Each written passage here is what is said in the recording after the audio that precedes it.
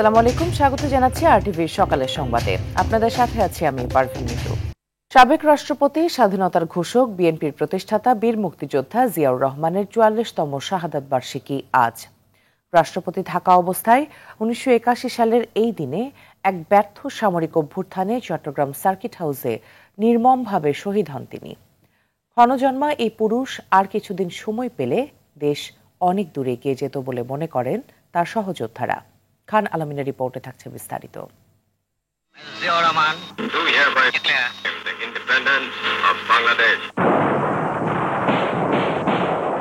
জিয়ার কণ্ঠ শুনে দিগ্ভ্রান্ত ও অনিশ্চয়তায় নিমজ্জিত বাঙালি ঝাঁপিয়ে পড়েছিল মা ও মাটির সুরক্ষায়।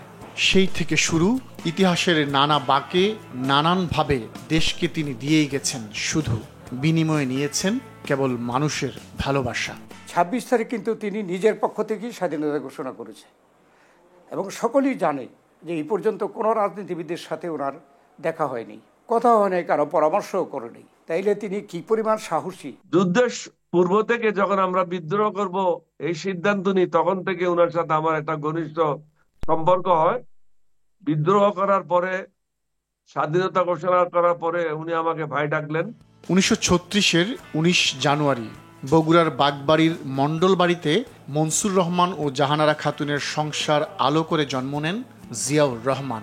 লেখাপড়ায় মেধাবী জিয়া কর্মজীবনে চৌকস সেনা কর্মকর্তা হিসেবে নিজেকে প্রতিষ্ঠিত করেন। ইতিহাসের প্রতিটি বাঁকে নিজস্ব ক্যারিশমায় জিয়াউর রহমান গড়েছেন নতুন ইতিহাস। মুক্তিযুদ্ধের সময় পাকিস্তান আর্মির সঙ্গে বিদ্রোহ করে স্বাধীনতার ঘোষণা দিয়েছেন। মুক্তিযুদ্ধ পরবর্তী সময় সেনা প্রধান ও রাষ্ট্রপ্রধান হয়ে হাজির হয়েছেন জাতির ত্রাতা হিসেবে। বহুদলীয় গণতন্ত্রের প্রবক্তা জিয়াউর রহমান দেশের রাজনীতিতে প্রতিযোগিতা সৃষ্টির আভাস দিয়ে বলেছিলেন, রাজনীতিবিদদের জন্য রাজনীতিকে কঠিন করে তোলার কথা, অর্থাৎ শুধু কথার ফুলঝুরি নয়, মানুষের পাশে থেকে কাজ করতে হবে রাজনীতিবিদদের। রাজনীতিতে আগে একটা ধারণা ছিল যে ভালো বক্তৃতা দিতে পারে সে ভালো রাজনীতিবিদ। তিনি এই রাজনীতিকে কর্মভিত্তিক, উন্নয়ন ভিত্তিক এবং জ্ঞান ভিত্তিক রাজনীতি করার জন্য উৎসাহিত করেছেন। ১৯ দফার মাধ্যমে দেশকে আর্থসামাজিক ভিত্তির উপর শক্ত অবস্থানে দাঁড় করাতে চেয়েছিলেন জিয়া। স্বনির্ভর হতে দেশবাসীকে উদ্বুদ্ধ করায় সফল হন এই রাখাল রাজা। সকল ক্ষেত্রে উন্নয়নের জন্য তিনি বিপ্লব সাধন করেন। তার শাসনামলে দেখা যায় যে ১৯৭৪ সনে আওয়ামী লীগের সময় যে দুর্ভিক্ষ হয়েছিল, সেই দেশে উনি ৩ বছরের মধ্যে এদেশ থেকে চাউল রপ্তানি করেছেন। ১৯৭৭ থেকে ৮১, ৪ বছরেরও কম সময় রাষ্ট্রপতির দায়িত্বে থেকে বাংলাদেশকে এগিয়ে নেন অনেকটুকু। সহযোদ্ধারা আজও তার অভাব অনুভব করেন। দেশে যেভাবে তিনি কাজ শুরু করেছিলেন, সকলকে ঐক্যবদ্ধ করে, জাতিকে ঐক্যবদ্ধ করে, এটা কন্টিনিউ করলে দেশ অনেক এগিয়ে যেত। আজ লক্ষ কোটি জেগেছে প্রাণ, টেকনাফ থেকে তেতুলিয়া, তুমি চির অম্লান চিরঞ্জীব, জনতার নেতা জিয়া। জনতার নেতা জিয়া দেশি বিদেশি চক্রান্তে এক ব্যর্থ সামরিক অভ্যুত্থানে চট্টগ্রাম সার্কিট হাউসে নির্মমভাবে নিহত হন। থমকে যায় গোটা দেশ, থমকে যায় দেশের অগ্রগতি। গত ১.৫ দশক জিয়া চর্চা প্রায় বন্ধ করে দিয়েছিল আওয়ামী ফ্যাসিবাদ। তবু প্রতিটি মানুষের হৃদয়ে কর্মগুণে চির অম্লান ও চিরঞ্জীব হয়ে আছেন শহীদ জিয়া। খান আলামিন, আরটিভি, ঢাকা। ছোটবেলা থেকেই বেশ টান পিটেছিলেন শহীদ রাষ্ট্রপতি জিয়াউর রহমান। পুকুর আর খালে সাঁতার কাটার নেশা ছিল তার। শ্রমিকদের সাথে এক থালায় খেতেন। সব মানুষ ছিল তার কাছে সমান। দিনের বেশিরভাগ সময় গ্রামের পণ্ডিতদের সঙ্গে কাটাতেন তিনি। জিয়াউর রহমানের শৈশবের সেই স্মৃতি তুলে ধরেছে তার ছোটবেলার সহপাঠীরা। বগুড়া থেকে শাহাদাত জামানের রিপোর্টে জানাচ্ছেন আলওয়ান খান। দেশের ক্ষণজন্মা রাষ্ট্রনায়ক জিয়াউর রহমান। জন্ম বগুড়ার গাবতলীর নসিপুর ইউনিয়নের বাগবাড়ি। গ্রামের কাদামাটি, পানি, জমির আইল ধরেই ঘুরে বেড়াতেন কিশোর জিয়াউর রহমান। অসাধারণ এই মানুষটি মানুষের সঙ্গে মিশতেন খুব সাধারণভাবে। রাষ্ট্রপতি হওয়ার পরও ছদ্মবেশে মানুষের খোঁজ খবর নিতেন। শ্রমিকদের সাথে এক থালায় খেতেন পান্তা ভাত। বেঁচে থাকা তার কয়েকজন সহপাঠী জানান, ছোটবেলা থেকেই জিয়াউর রহমান ছিলেন দুঃসাহসী। একসাথে খেলাধুলো করছি, দৌড়দৌড়ি বদম খেলা হচ্ছিল, দৌড়দৌড়ি করে সিভও খেলা হচ্ছিল, এখান থেকে দৌড় করে দেওয়া হচ্ছিল, আবার বিলের থেকে দৌড় করে আবার আসা হচ্ছিল, সেইরকম খেলাধুলো করছি আগে আমরা। দৌড় খেলায়ও বেশ পারদর্শী ছিলেন জিয়া, খেলতেন কানামাছি। জিয়ার নেশা ছিল পুকুর ও খালে সাঁতার কাটা। মানুষ যোগানেই থাকছে, কোয়াই থাকছে, এই খালে সাঁতার কাটা লাগবে। ওই পুকুর দেখলেন যে পুকুর আসছিল না, ওই হাটের নাম আমাদের একটা খাল আসছিল, ওই বই চেঙ্গা করে ওই হাটের উপরে হাট ঘর, এই এঁকে বসি মাটিতে বসা হয়েছে, বসে ঝাঁপ দিয়ে নামে সাঁতার কাটবি। জিয়াউর রহমানের দাদা ছিলেন পণ্ডিত কামাল উদ্দিন মণ্ডল। তৎকালীন জমিদার পরিবারে বিয়ে করে শ্বশুরালয়েই সংসার জীবন শুরু করেন। আর জিয়ার দাদার কথা করছেন সে কামান মণ্ডল, সেই কামান মণ্ডল এখানে ঘর থাকে, মিসিরুনা দিয়ে বিয়ে শাদী হয়।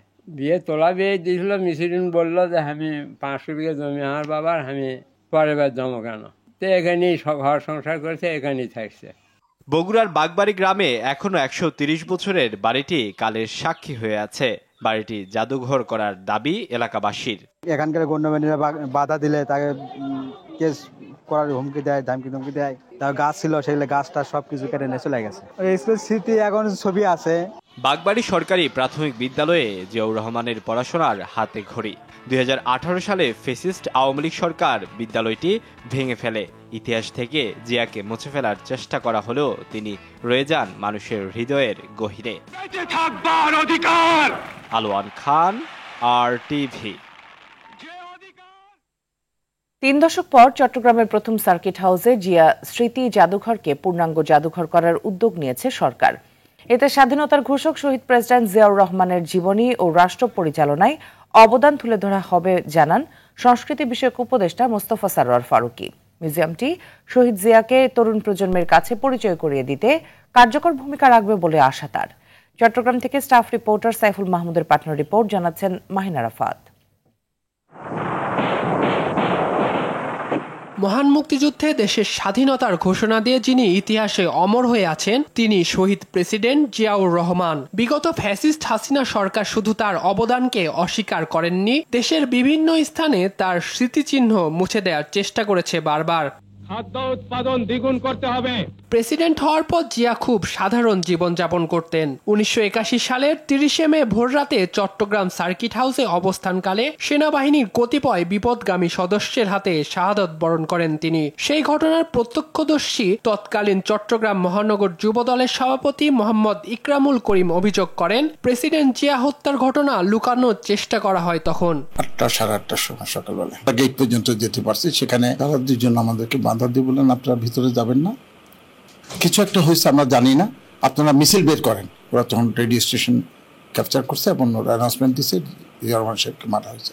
1991 সালে বিএনপি ক্ষমতায় আসলে 1993 সালে চট্টগ্রাম নগরীর কাজীর দেউরি সংলগ্ন সার্কিট হাউসে জিয়া স্মৃতি জাদুঘর প্রতিষ্ঠা করেন তৎকালীন প্রধানমন্ত্রী বেগম খালেদা জিয়া। জাদুঘরটিতে শহীদ জিয়াউর রহমানের ব্যক্তিগত ব্যবহার্য জিনিসপত্র সহ স্থান পায় মুক্তিযুদ্ধের বিভিন্ন নিদর্শন। কিন্তু বিগত ফ্যাসিস্ট সরকারের আমলে জাদুঘরটি ছিল অবহেলিত।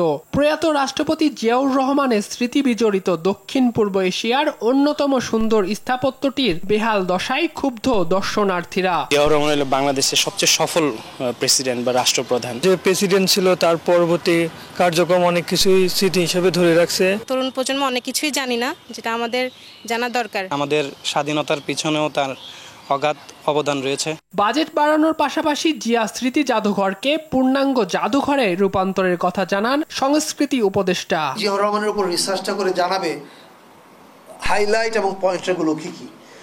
এটা আশা করি আমরা আগামী মাসখানেকের মধ্যে করতে পারবো। তারপরে আমরা এটার রেনোভেশনের বা আধুনিকীকরণের কাজ শুরু করব। মুক্তিযুদ্ধ ও রাষ্ট্র পরিচালনায় বহুদলীয় গণতন্ত্রের প্রতিষ্ঠাতা জিয়াউর রহমানের অবদান তরুণ প্রজন্মের কাছে তুলে ধরতে জিয়া স্মৃতি জাদুঘরটি গুরুত্বপূর্ণ ভূমিকা রাখবে বলে জানান উপদেষ্টা মোস্তফা সরোয়ার ফারুকী। মাহিনা রাফাত, RTV। জাপান সফরের তৃতীয় দিনে আজ বাংলাদেশ সময় বিকেল 2:30টায় জাপানের প্রধানমন্ত্রী শিগেরু ইশিবার সঙ্গে বৈঠক করবেন প্রধান উপদেষ্টা ডক্টর মোহাম্মদ ইউনূস। জাপানের প্রধানমন্ত্রীর সঙ্গে প্রধান উপদেষ্টার বৈঠকে 1 বিলিয়ন আর্থিক সহায়তা আসতে পারে বলে জানা গেছে। পরে দেশটির ব্যবসায়ী প্রতিনিধিদের সংগঠন জেট্রোর সঙ্গে বৈঠক করবেন প্রধান উপদেষ্টা।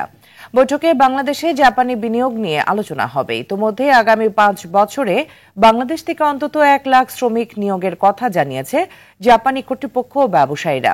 এদিকে সন্ধ্যা 6:30টায় জাপানের শোকা ইউনিভার্সিটি থেকে প্রধান অনারারি ডক্টরেট ডিগ্রি গ্রহণ করবেন ডক্টর ইউনূস। এছাড়া বাংলাদেশ দূতাবাসের আয়োজনে জাপান প্রবাসী বাংলাদেশি কমিউনিটির সঙ্গে বৈঠক করবেন তিনি।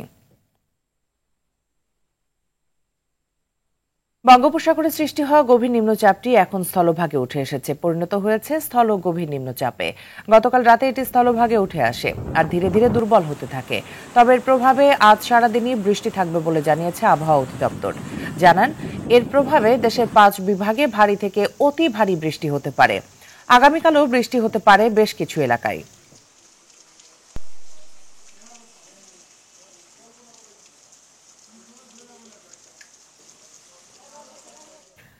দর্শক, এই মুহূর্তে আবহাওয়া অফিস থেকে সরাসরি যোগ দিচ্ছেন সহকর্মী সাকিবুর রহমান। সাকিব, আবহাওয়া অধিদপ্তর আজকের এই আবহাওয়া নিয়ে সর্বশেষ কি তথ্য জানিয়েছেন?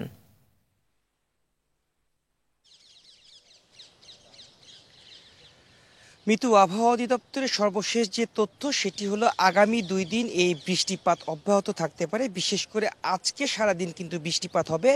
যেমনটি আমরা দেখছি যে গুড়ি গুড়ি বৃষ্টি হচ্ছে, এই বৃষ্টিপাত অব্যাহত থাকবে এবং আগামীকালও সেটি অব্যাহত থাকবে। তারপর দিন থেকে অর্থাৎ 1 তারিখ থেকে বৃষ্টিপাত কমে আসবে এমনটি তারা জানিয়েছেন। এছাড়াও কিন্তু গেল 24 ঘন্টায় বৃষ্টিপাত যেটি রেকর্ড করা হয়েছে, রাজধানীতে 186 মিলিমিটার বৃষ্টি এবং সবথেকে বেশি বৃষ্টিপাত কিন্তু রেকর্ড করা হয়েছে মাইজদিতে 285 মিলিমিটার। এবং আবহাওয়া অধিদপ্তর বলছে যে যেহেতু বঙ্গোপসাগরের সৃষ্টি হওয়া গভীর নিম্নচাপটি এখন স্থলভাগে উঠে এসেছে, ধীরে ধীরে এটি বৃষ্টি হবে এবং বৃষ্টির পরে এটি কিন্তু আস্তে আস্তে গভীর সমুদ্রে মিশে যাবে। এবং এর প্রভাবে কিন্তু তারা বলছেন যে মূলত কয়েকটি বিভাগে, বিশেষ করে ময়মনসিংহ, খুলনা, বরিশাল, চট্টগ্রাম এবং সিলেট বিভাগে ভারী বৃষ্টি বা অতি ভারী বৃষ্টি হওয়ার সম্ভাবনা রয়েছে। এছাড়াও তারা বলছেন যে যেহেতু গভীর নিম্নচাপটি এখন স্থল গভীর নিম্নচাপের রূপে আছে, যার ফলে এটি উত্তর থেকে উত্তর পূর্ব দিকে এগোচ্ছে এবং এর ফলে ওই অঞ্চলগুলোতে বেশি বৃষ্টিপাতের কথা তারা বলছেন। রাজধানীতে মেঘলা আকাশ আজকে সারাদিনই থাকবে, আগামীকালকেও যেটি তারা বলছেন থাকার সম্ভাবনা রয়েছে এবং পরবর্তীতে ধীরে ধীরে হয়তো বা কমে যাবে। এবং যেটি আমরা তাদের থেকে জানতে চেয়েছিলাম যে আসলে 1 তারিখ বা 2 তারিখ থেকে আসলে বৃষ্টিপাত বা আবহাওয়া কেমন থাকবে, তারা যেটি বলছেন যে আসলে 1 তারিখ বা 2 তারিখ থেকে আসলে পূর্বের আবহাওয়া অর্থাৎ যে গ্রীষ্মকাল চলছে, গরম বা রোদের তীব্রতা সেটি থাকতে পারে।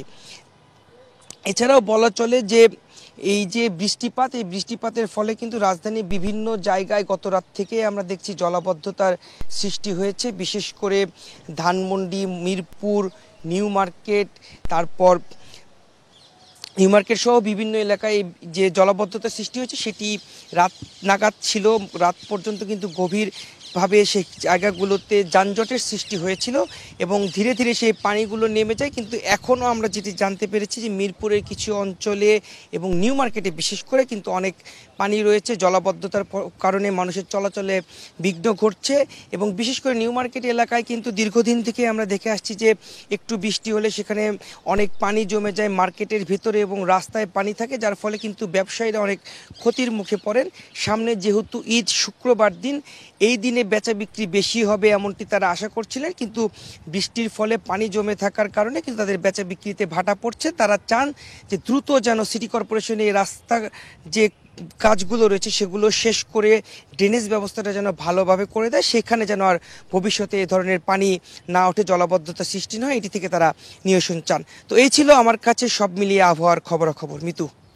সাকিব, অসংখ্য ধন্যবাদ আপনাকে আমাদের সাথে যুক্ত হওয়ার জন্য। দর্শক, এতক্ষণ আবহাওয়া অফিস থেকে জানাচ্ছিলেন সাকিবুর রহমান। দুর্যোগপূর্ণ আবহাওয়ায় অস্বাভাবিক জোয়ারে নিঝুম দ্বীপ সহ হাতিয়া দ্বীপের নিম্নাঞ্চল প্লাবিত হয়েছে। জোয়ারের তীব্রতায় বেড়ি বাঁধের বাহিরে মানুষের বাড়িঘর, দোকানপাটের মালামাল ভেসে যায়। ৩ নম্বর সতর্ক সংকেত বলবৎ থাকায় উপজেলা প্রশাসনের পক্ষ থেকে সাময়িকভাবে হাতিয়ার সাথে সকল ধরনের নৌ যাতায়াত বন্ধ করার ঘোষণা করা হয়েছে। গতকাল সকাল থেকে নিম্নচাপের প্রভাবে হাতিয়ায় ধমকা ও ঝোড়ো হাওয়া সহ ভারী বৃষ্টিপাত শুরু হয়। নদী ও সমুদ্র উত্তাল রয়েছে। দুপুরের জোয়ারের পানির উচ্চতা বেড়ে নলচিরা ঘাট এলাকা, নিঝুম দ্বীপ, চর ঘাসিয়া ও ঢালচর সহ নিম্নাঞ্চল জোয়ারের পানিতে তলিয়ে যাওয়ার খবর পাওয়া গেছে। অনেক টাকা লস হয়েছে, আমার মেলা টাকার মাল যে ছিল মাল সবগুলো নদীতে বেঁচে গেছে। আমাদের এইদিকে জোয়ার পানি উঠি সব ঘর দুয়ার সব ডুবে গেছে। আমরা রান্না বান্না করি, ছেলেদের বাচ্চাদেরকে খাওয়াইতে পারি না। বেলা থেকে ঘরে হানি উঠছে, রাত্রেতে কি হইব এটা বলতে পারি না। আর কি টানা বৃষ্টিতে বাধাগ্রস্ত হচ্ছে সাধারণ মানুষের স্বাভাবিক জীবনযাত্রা, প্রভাব পড়েছে বাজারেও। এ কারণে ঈদের আমেজ এখনো পড়েনি। ব্রয়লার, দেশি সোনালী বিক্রি হচ্ছে আগের দামেই। চালের বাজারেও খুব একটা হেরফের দেখা যায়নি। আগের অবস্থানেই আছে বিভিন্ন জাতের চালের দর। মাছের দাম সামান্য কমেছে। এদিকে কাঁচা বাজারে সবজির দাম এখনো সহনীয় পর্যায়ে আছে।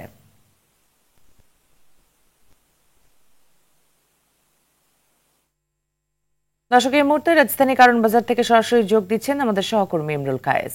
ইমরুল, বাজারে বৃষ্টির প্রভাবে নিত্যপণ্যের দামে কি কোনো প্রভাব দেখছেন কিনা জানাবেন।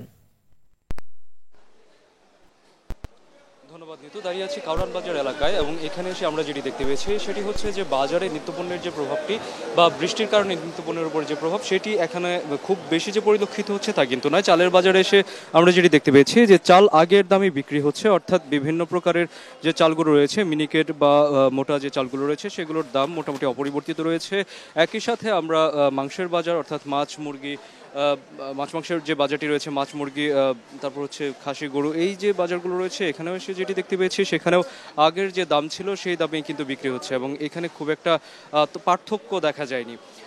তো কাঁচা বাজারের ক্ষেত্রে যেটি দেখা গিয়েছে সেটি হচ্ছে যে এখনও সেইভাবে প্রভাব পড়েনি, তবে বিক্রেতারা যেটি বলছেন যে বৃষ্টি যদি এভাবে অব্যাহত থাকে তবে হয়তো বা সরবরাহ কিছুটা কমে যেতে পারে এবং সেক্ষেত্রে দাম বাড়ার একটি সংকেত তারা দিচ্ছেন যে দাম হয়তো বেড়ে যেতে পারে। তো যদিও এখন পর্যন্ত কিন্তু কাঁচা বাজারে সেরকম কোনো তারতম্য দেখা যায়নি, অর্থাৎ আগের যে দামে বিক্রি হচ্ছিল সেই দামে এখনও বিক্রি হচ্ছে।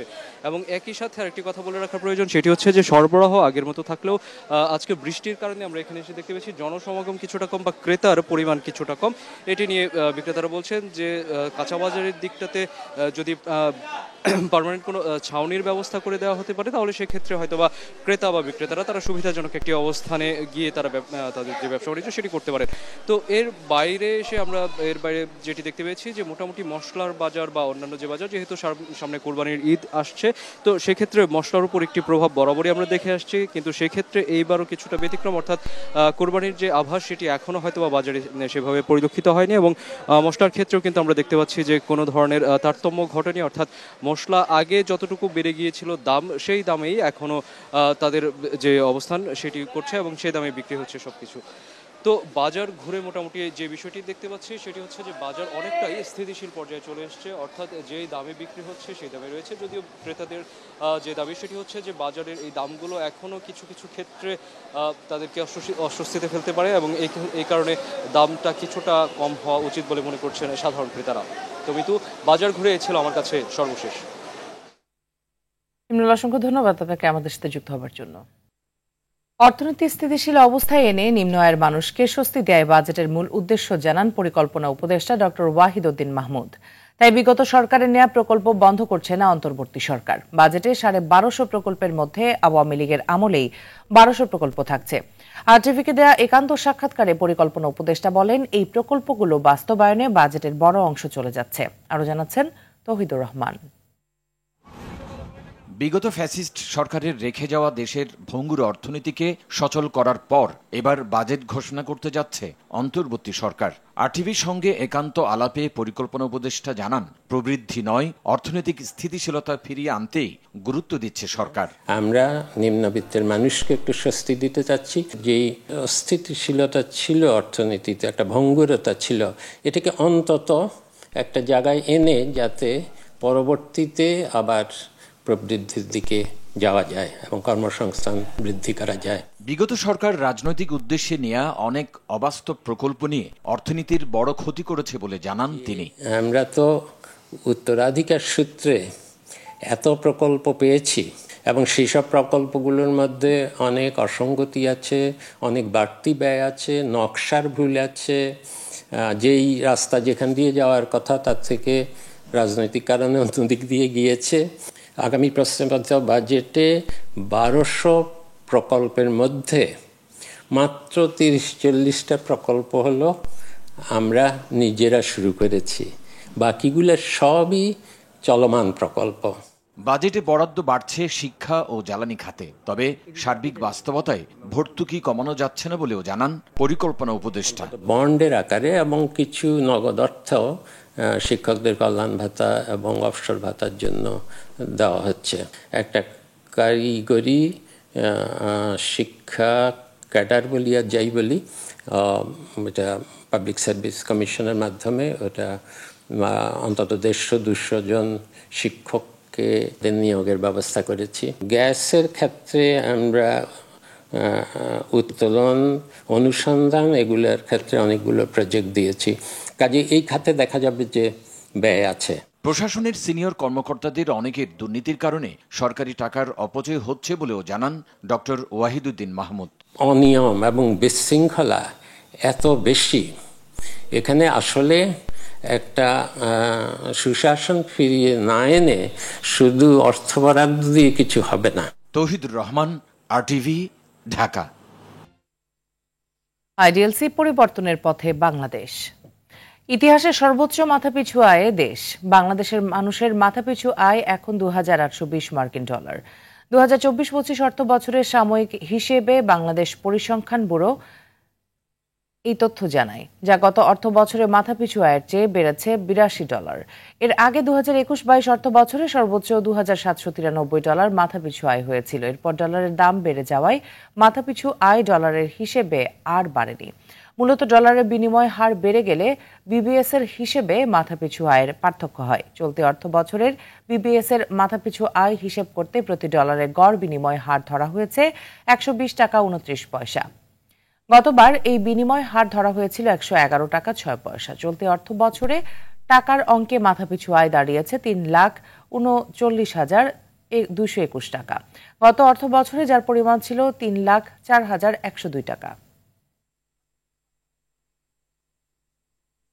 ফিলিস্তিনের অবরুদ্ধ গাজা ভূখণ্ডে ইসরায়েলি হামলায় একদিনে কমপক্ষে আরো 70 ফিলিস্তিনি নিহত হয়েছে, আহত হয়েছে আরও প্রায় 200। এক প্রতিবেদনে তথ্য জানায় আল জাজিরা। এদিকে পশ্চিম তীরে নতুন 22টি ইহুদি বসতির অনুমোদন দিয়েছে ইসরায়েলের সরকার। গাজার যুদ্ধে এ পর্যন্ত 221 জন সাংবাদিক নিহত হয়েছে বলে জানা গেছে। অন্যদিকে গাজা উপত্যকার পরিস্থিতি নিষ্পত্তির জন্য মার্কিন প্রেসিডেন্টের বিশেষ দূত স্টিভ উইটকফের একটি নতুন প্রস্তাবে 60 দিনের জন্য তাৎক্ষণিক যুদ্ধবিরতির কথা উঠে এসেছে। প্রস্তাবে প্রথম সপ্তাহে 2টি পর্যায়ে 10 জন জিম্মিকে মুক্তি দেওয়ার কথা বলা হয়েছে। সকালের সংবাদ এ পর্যন্তই। মধ্যাহ্নের সংবাদ দুপুর 12টায় দেখার আমন্ত্রণ রইল। ধন্যবাদ সবাইকে।